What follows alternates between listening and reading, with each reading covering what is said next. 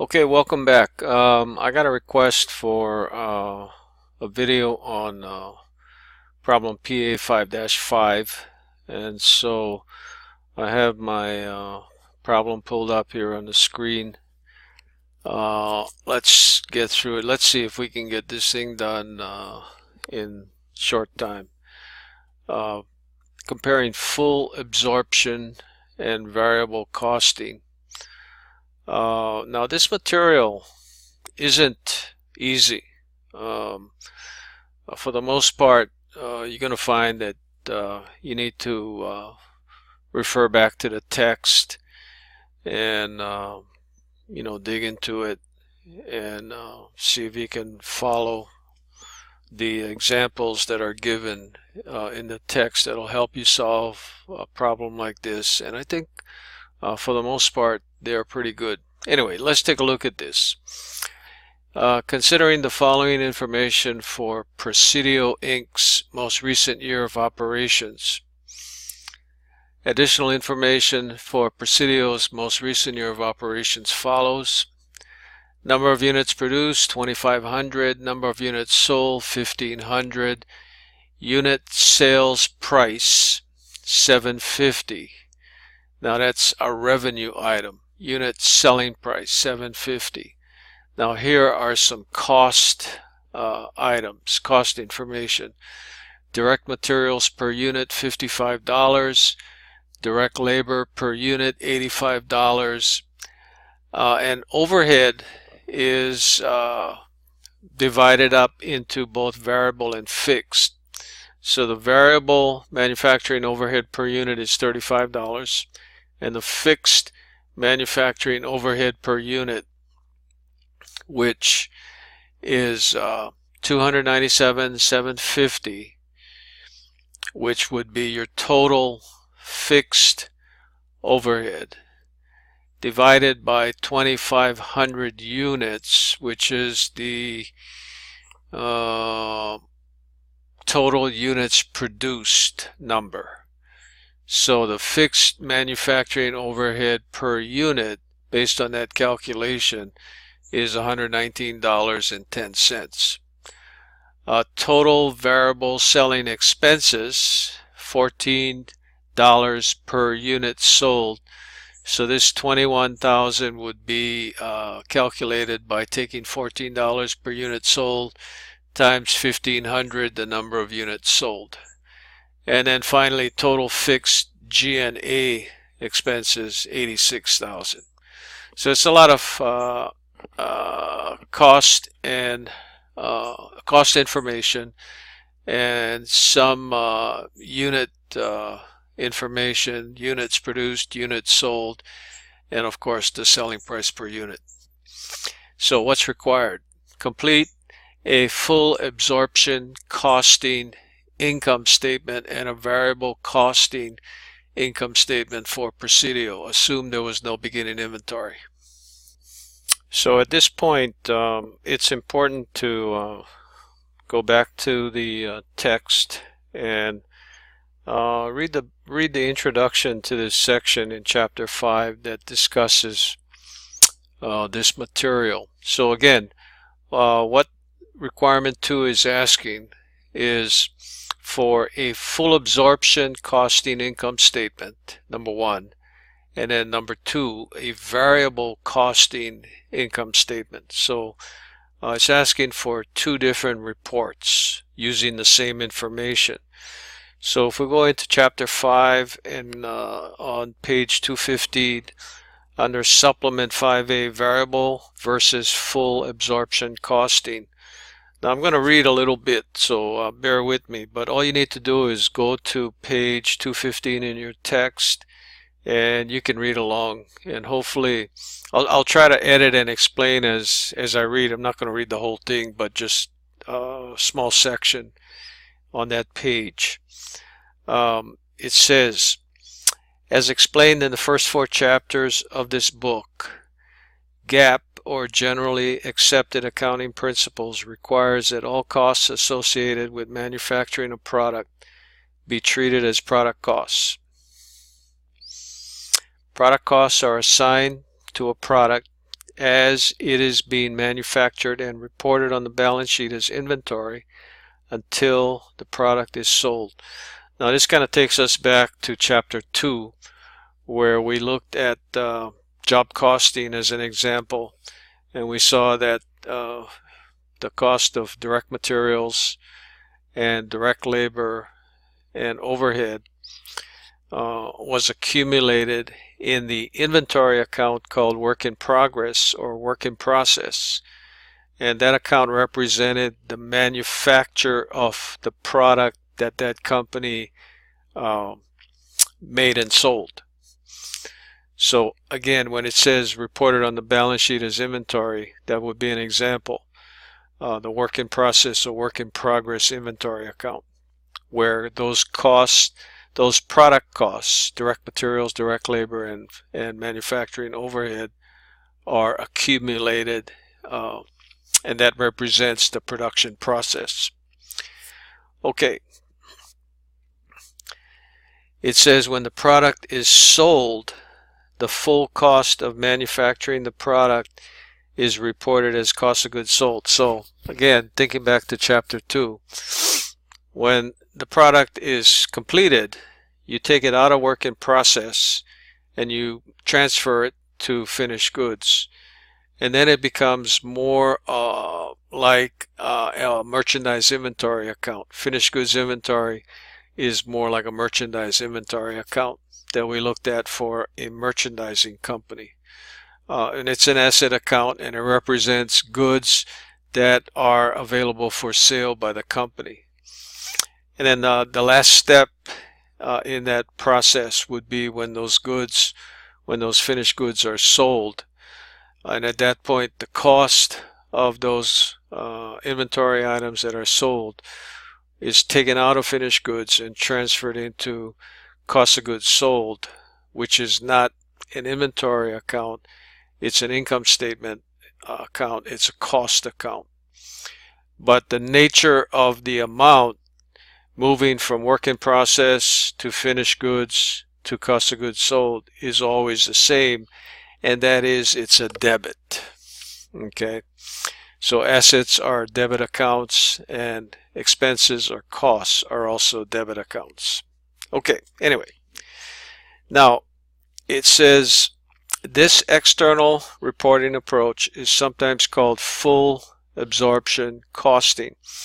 And if you look down at the bottom of page 215 at Exhibit 5A-8.1, Exhibit 5A.1, it gives a really condensed example of an income statement under full absorption costing. It shows you sales less cost of goods sold, less cost of goods sold is gross margin, less non-manufacturing expenses. So non-manufacturing expenses would include your selling expenses and your general and administrative expenses.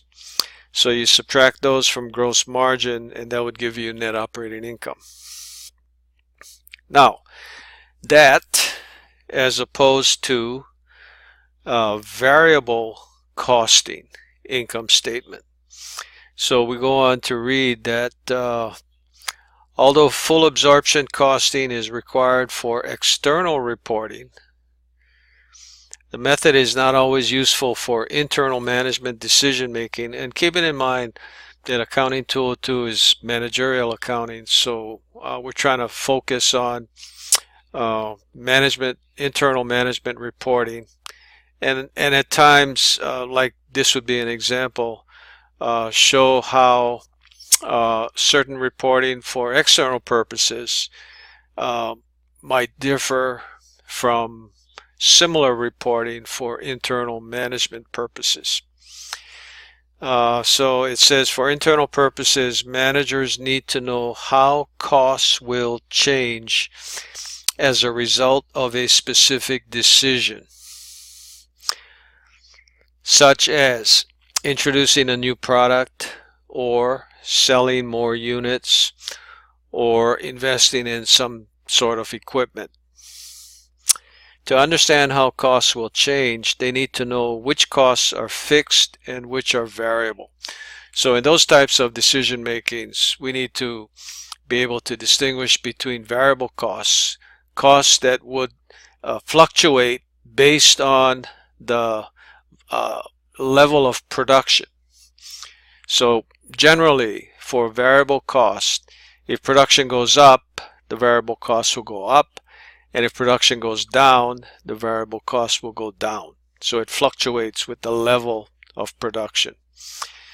Or fixed costs, and a fixed cost is exactly what it says it is. It's going to remain constant. It's going to remain the same regardless of the level of production. And it's important to note that there's something called a relevant range. So those costs would be fixed for a range of production.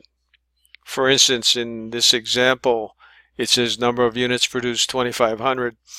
So those fixed costs of $297,750 might be fixed at that amount for a range of production, let's say from 2,000 to 3,000, let's say. But under 2,000, the fixed cost total might go down, or over 3,000, that fixed cost total might go up. But for that relevant range, let's say it's 2,000 to 3,000, those costs are fixed at that amount. Okay, I hope you can follow that. It makes sense. Okay, so to understand how costs will change, they need to know which costs are fixed, which costs are variable. And this approach to costing is called variable costing because the key distinction is whether a particular cost is variable or fixed, not whether it relates to manufacturing or non-manufacturing activities. And then if you go back to Exhibit 5A.1 over on the right side, it shows you a condensed income statement for variable costing. And as you can see, it's different from the one shown under full absorption costing. Under variable costing, the income statement starts out with sales and then subtracts variable costs to give you contribution margin. And then from contribution margin, you subtract fixed costs to come up with net operating income. So the top amount and the bottom amount are essentially the same between the two, but the breakdown in between is different for full absorption costing and variable costing. So taking that information, and if we go over to pages 216 and 217 in the text, it kind of explains how you would work through the data in coming up with both your full absorption costing income statement as well as your variable costing income statement. And in the problem here, the templates here that the problem shows you, the one at the top says full absorption income statement. However, the one right below it says contribution margin income statement. That's a little confusing, I think, for most students. This refers to the variable costing income statement that requirement 2 is asking for. Okay, so they should have named it, instead of naming it contribution margin income statement, they should have just named it variable costing income statement. And that also would be more in alignment with what they're showing you in the textbook on page 215 in Exhibit 5A.1. Okay, great. So let's go ahead and start on this first part of requirement 2, full absorption income statement. And so these are pull downs. So if we follow the example in the textbook on pages 216, and the statements actually show up on the top of 217. we start with sales. And let's see, let's get our Excel spreadsheet up here.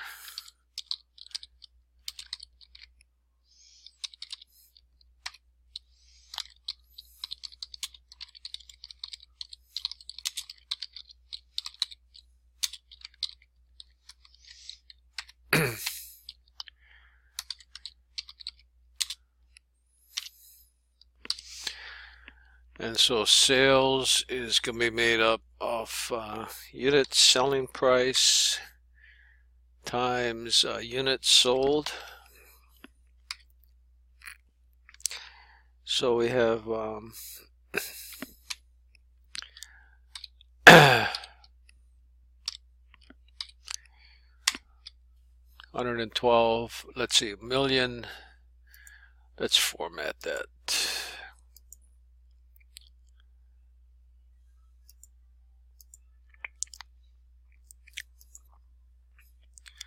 Okay, 1,125,000. And then we have cost of goods sold. So our cost of goods sold, let's see. Our cost of goods sold would be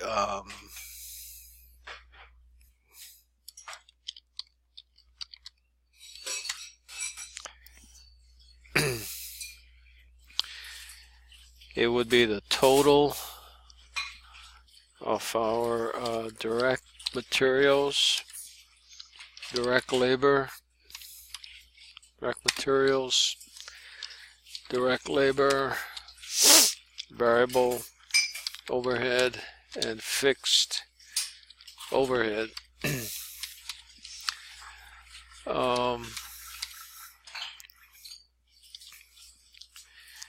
Let's put some headings here.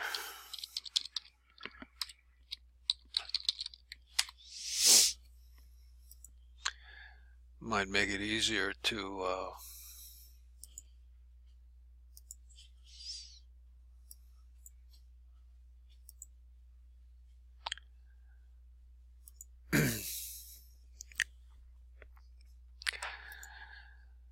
let's see, direct materials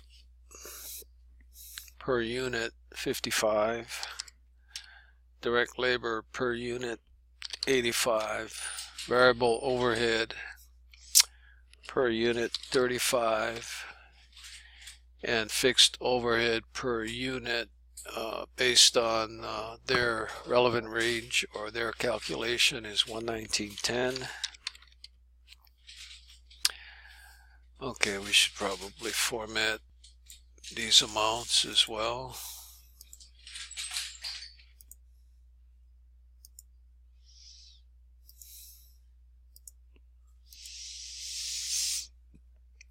And units sold, that amount doesn't change. That's 1,500.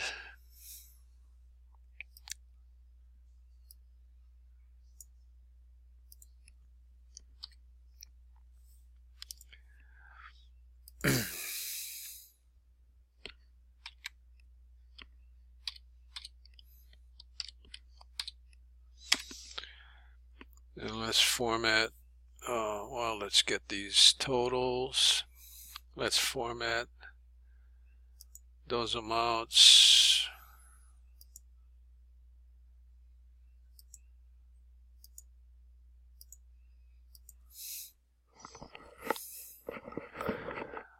Okay.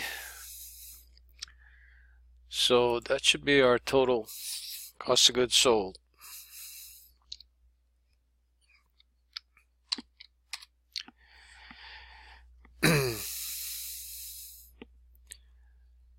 And so if we put a total on that,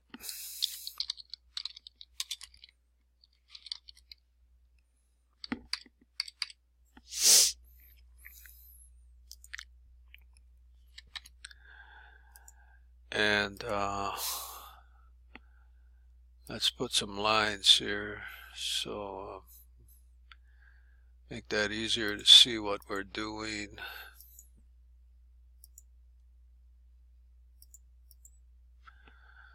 Okay.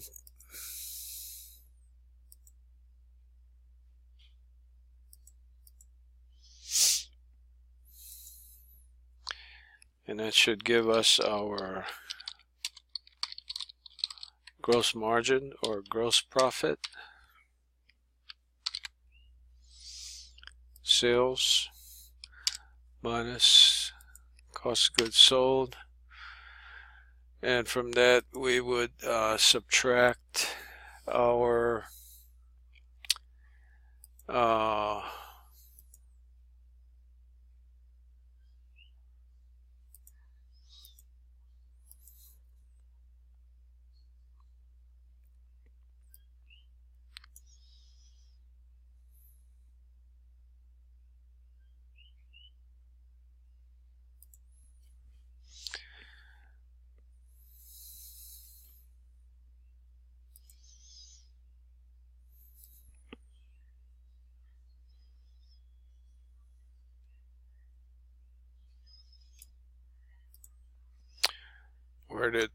where did our Excel spreadsheet go? Okay, from there we're going to subtract our variable selling expenses, so we could probably show that as variable selling expenses, and that is 14 times 1500.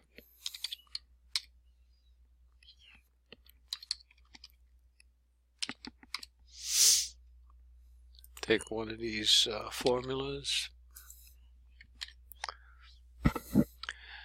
and our fixed G&A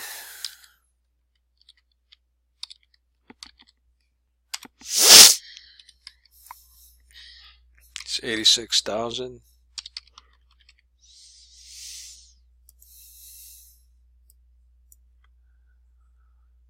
Let's format these cells here.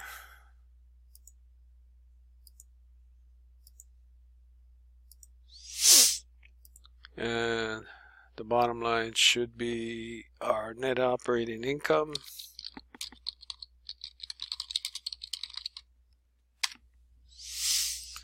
which would be our gross margin minus our selling expenses minus our fixed G&A. And let's see if these numbers work.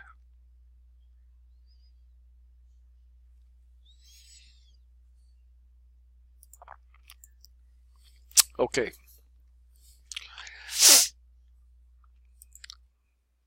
So our sales again was 1125.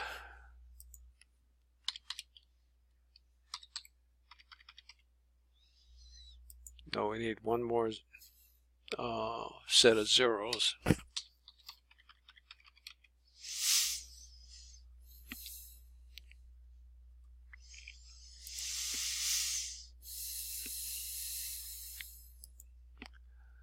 $1,125,000. 1125. Okay. Then our cost of goods sold is 441,150. Gross margin is the difference, which should be our 683,850. And then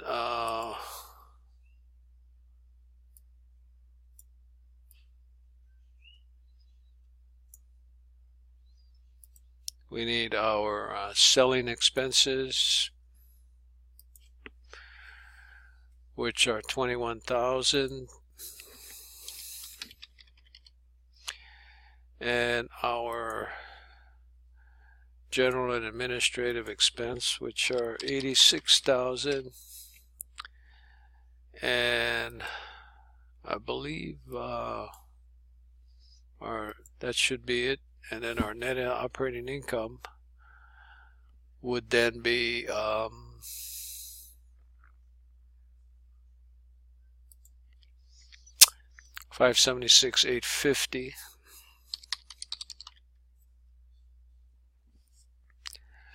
That's not where I want that. I want it here. And let's see if that adds up first of all.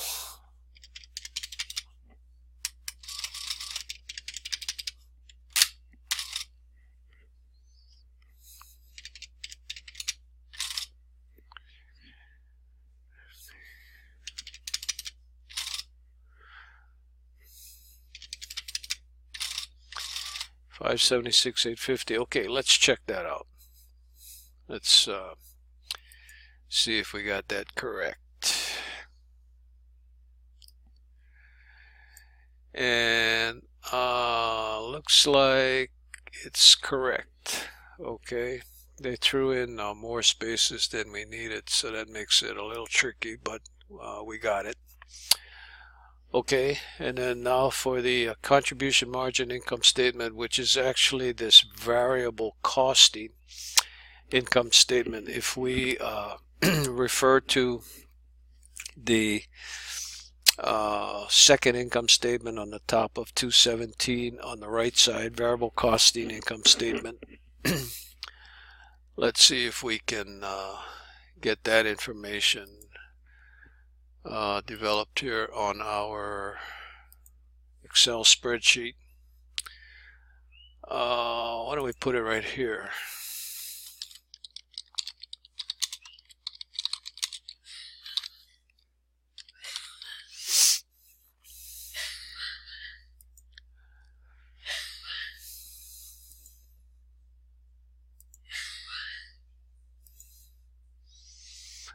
And I'm going to use this as a template. So I'm just going to copy this down, but just as a template.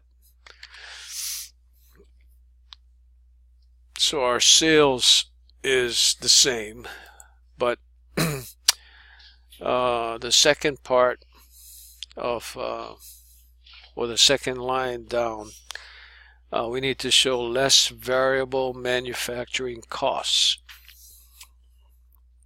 So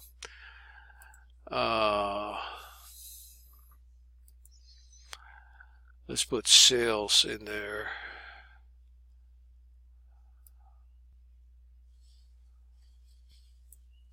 Sales revenue. And that's actually going to be the same amount. 125. Okay, and then we need to show less variable manufacturing costs. And I think if we did a separate calculation here on our spreadsheet,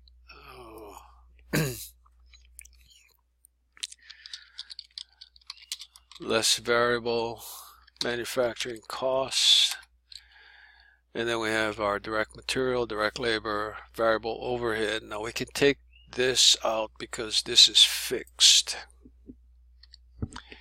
and so I'm going to take that row out.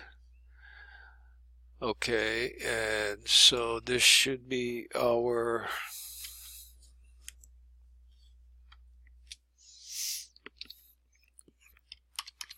total variable manufacturing cost, and that's 262.5. So let's put that in there, 262.5, and then refer back to the statement example in the textbook. Then we show our variable selling expenses, and that's this line here.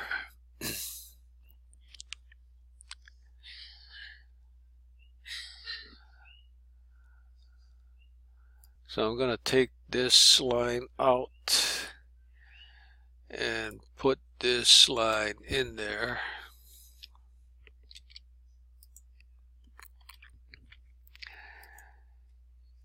And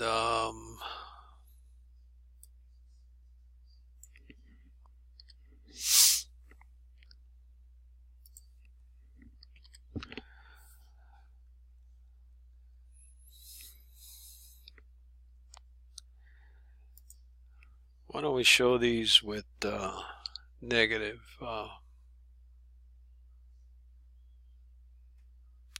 We'll leave it in as positives, and then we can just subtract it.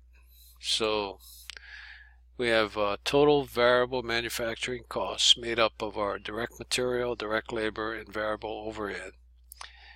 And then we have our variable selling expenses, 21,000. And then the next line would be our contribution margin.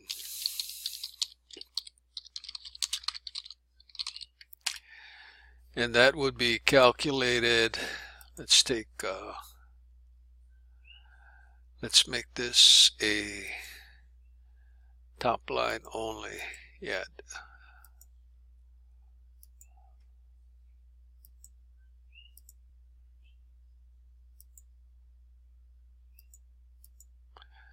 Okay, so this would be taking our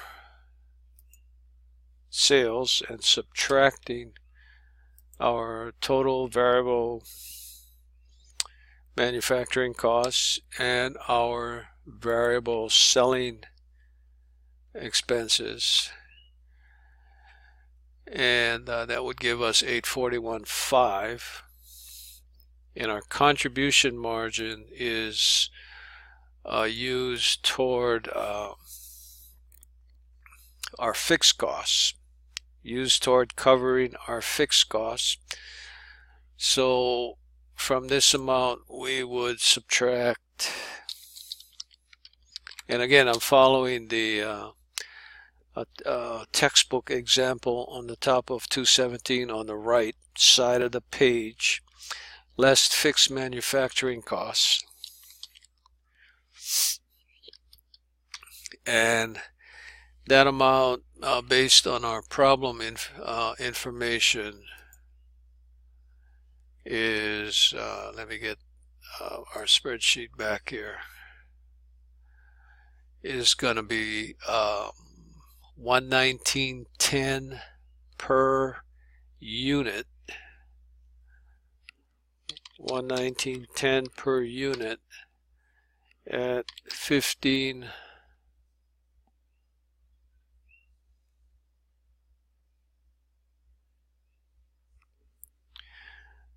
What amount are we using there? Are we using the amount based on units sold?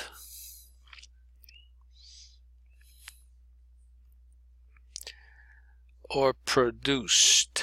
Okay, so we take the per unit amount based on the units produced, which is the 119.10, 2,500 units produced, total fixed overhead divided by 2,500 units produced, 119.10.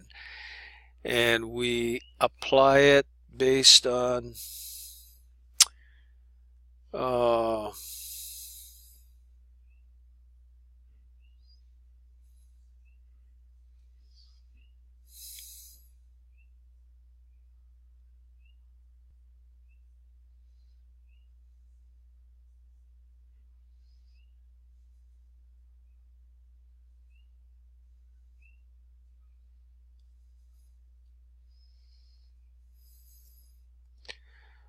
I believe we take it in total.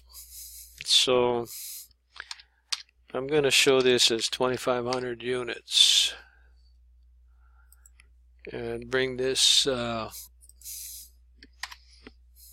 the full 297,750, and the difference is our net operating income, which should be our contribution margin less our fixed manufacturing costs, 543,750. Now I'm not entirely sure on this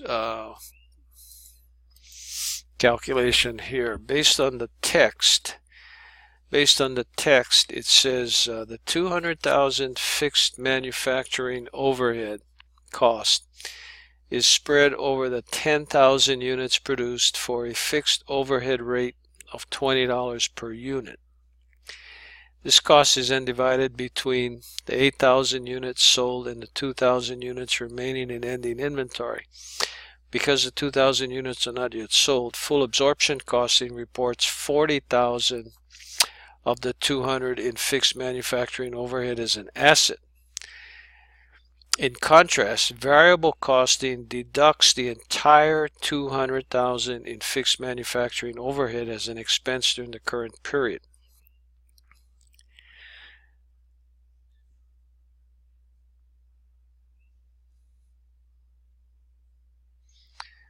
So it sounds like this calculation should be correct. Okay. And let's see if it is here. We got contribution margin and then net operating income. Okay. And the difference here between the two, net operating income difference, and that's basically between full absorption costing and variable costing, is this amount minus this amount, 33.1. So let's see if that's going to work for us. Okay, let's get that worksheet back. So our variable manufacturing costs, 262.5, and then our variable selling expenses. Variable selling expenses are 21,000, and our contribution margin is 841.5. Let's check that out on a calculator here.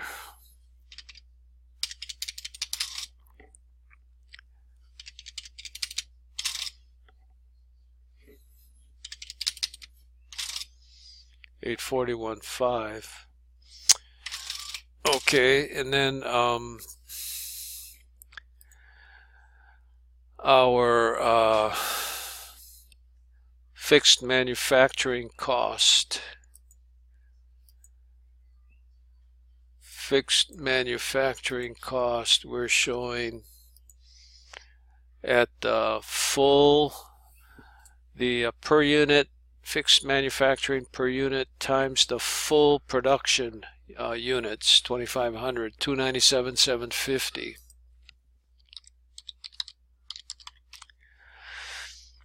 And then our G&A expenses. Did we put that in our spreadsheet here? No, we forgot. So let's put that in. We forgot our G&A expenses.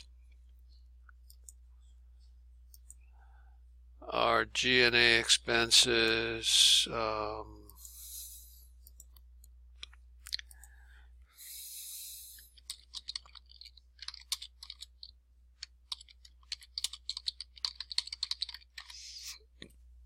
were 86,000. 86,000. So that's gonna change this formula because we need to also subtract our G&A.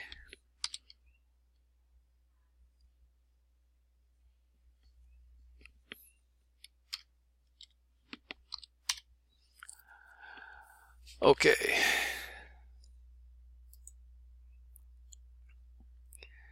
Is that correct?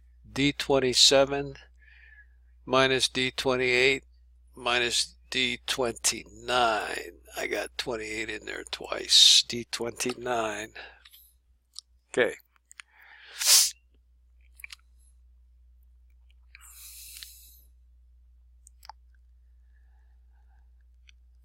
And let's see.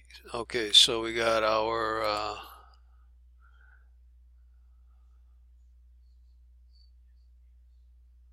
fixed G&A expense, and that was that 86,000? Let's get that back. Yeah, 86,000. So our net operating income then becomes 119. I'm sorry, 457,750. And let's check those numbers out on the calculator. We got 841.5 from the previous calculation minus 297,750 and minus 86,000, 457,750. And why don't we just throw this difference in and see if our calculations are correct. 119.1. And the difference here is basically based on the amount of overhead, fixed overhead, that we are absorbing in the full absorption income statement. We are absorbing 178,650, whereas in the variable costing income statement, we are absorbing the full 297,750. And if we take the difference here,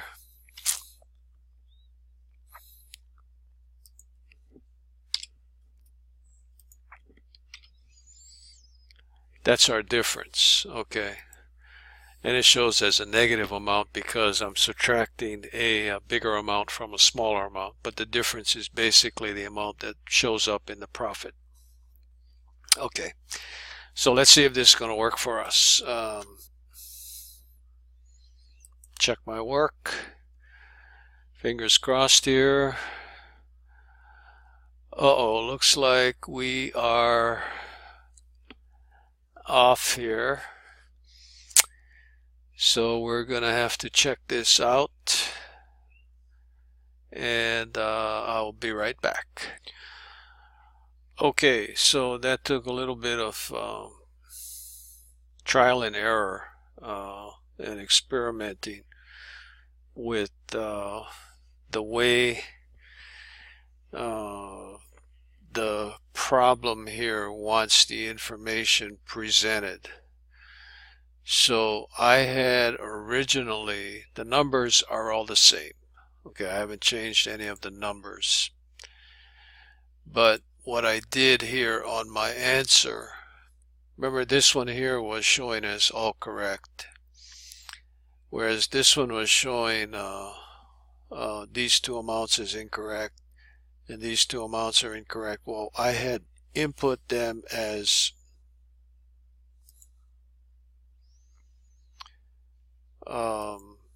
should this be less? No, that's variable selling expenses. Okay, so I had input both of these as negative amounts since I was subtracting them.